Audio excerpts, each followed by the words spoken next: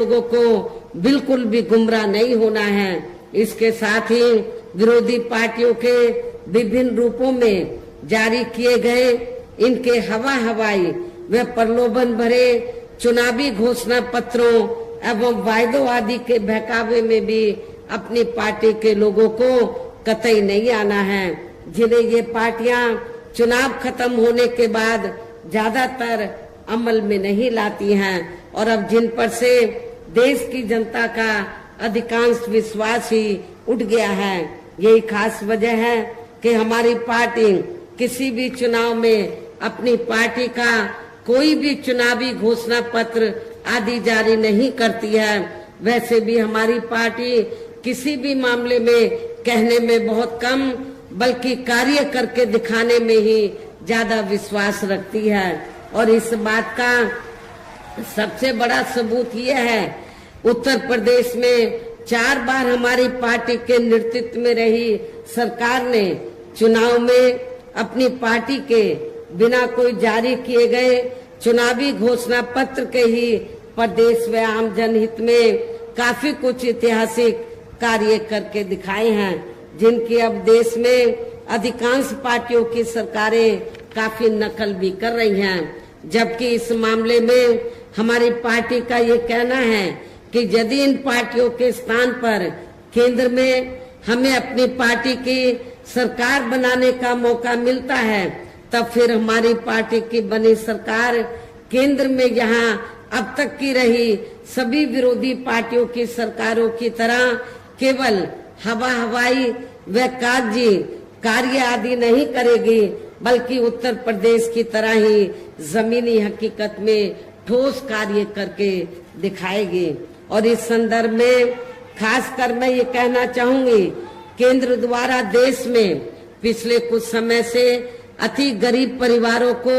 अस्थायी तौर पर फ्री में जो थोड़ी सी खाद्य सामग्री दी जा रही है, राशन आदि दिया जा रहा है, तो उससे इनका स्थायी तौर पर भला होने वाला नहीं है। जबकि आप लोगों को ये मालूम है, आपको ये मैं बताना चाहती हूँ कि जब भी कोई छोटा चुनाव होता है या बड़ा चुनाव होता है, तो पिछले कुछ समय से हम देख रहे हैं कि इस मुफ्त राशन की आड़ में बीजेपी और आरएसएस के लोग हमारे लोगों को, गरीब लोगों को गुमराह करके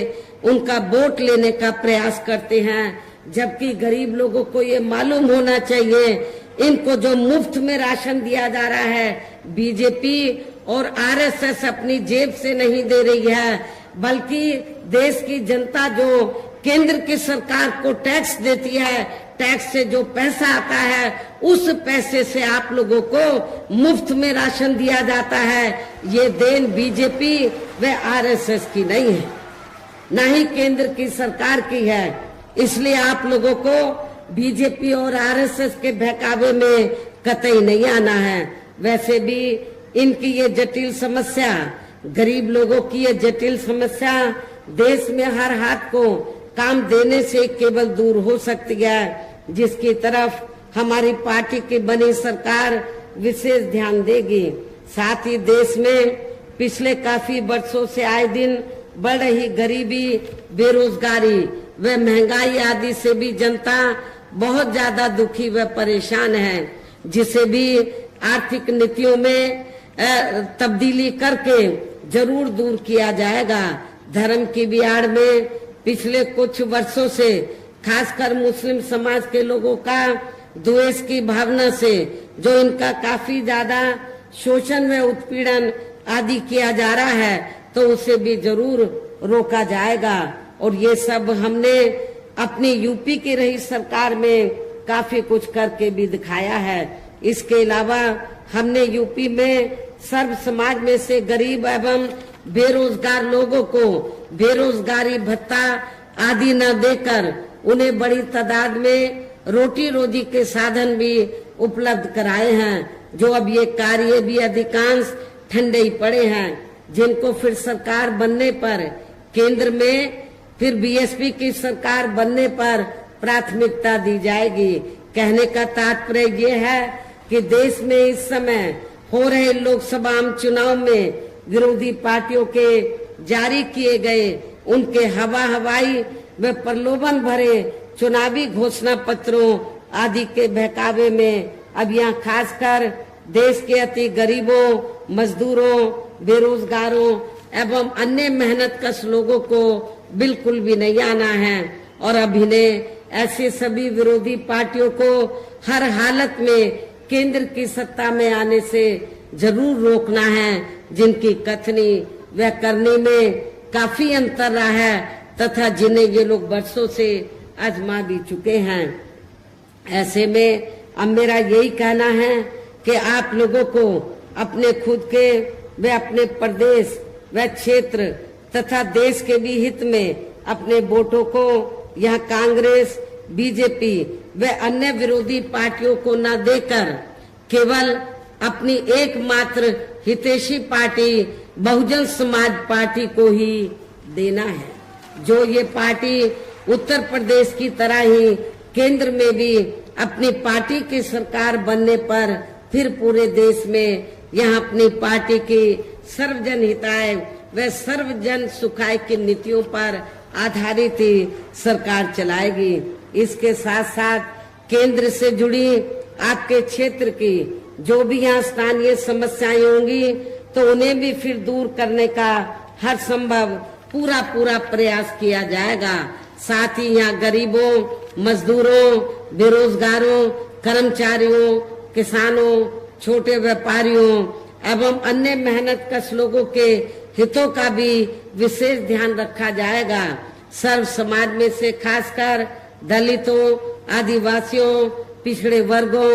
मुस्लिम व अन्य धार्मिक अल्पसंख्यक समाज के लोगों के विकास एवं उत्थान के साथ साथ हर स्तर पर इनकी सुरक्षा आदि के लिए भी सख्त कदम उठाए जाएंगे और तभी फिर यहाँ वास्तव में अपने देश के महान संतों,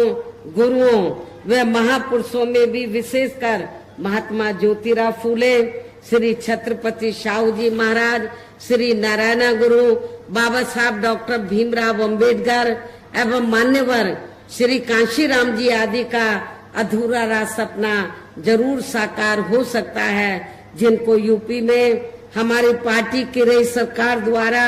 हर स्तर पर पूरा आदर सम्मान दिया गया है। इन्हीं खास बातों के साथ ही अब मेरा देश व आपके स्टेट के भी हित में यही कहना है कि हमारी पार्टी ने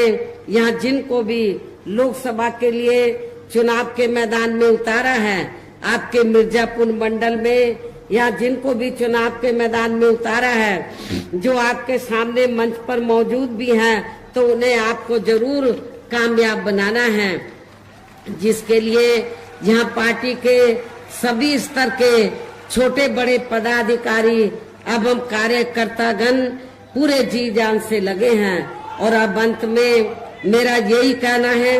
कि आप लोगों को वोट पड़ने वाले दिन यहाँ बीएसपी के अपने सभी लोकसभा उम्मीदवारों को अर्थात हमने आपके मिर्जापुर मंडल में मिर्जापुर लोकसभा की सीट से श्री मनीष त्रिपाठी को और भदोई लोकसभा की सीट से श्री हरिशंकर सिंह उर्फ दादा चौहान को, रावर्ट्सगंज सुरक्षित लोकसभा की सीट से श्री धनेश्वर गौतम एडवोकेट को हमने चुनाव के मैदान में उतारा है। मेरी आप लोगों से पुरजोर अपील है कि आप लोग बहुजन समाज पार्टी के इन सभी प्रत्याशियों को बीएसपी का जो चुनाव चिन्ह हाथी है, हाथी चुनाव चिन्ह के सामने वाले बटन को दबाकर इनको भारी वोटों के अंतर से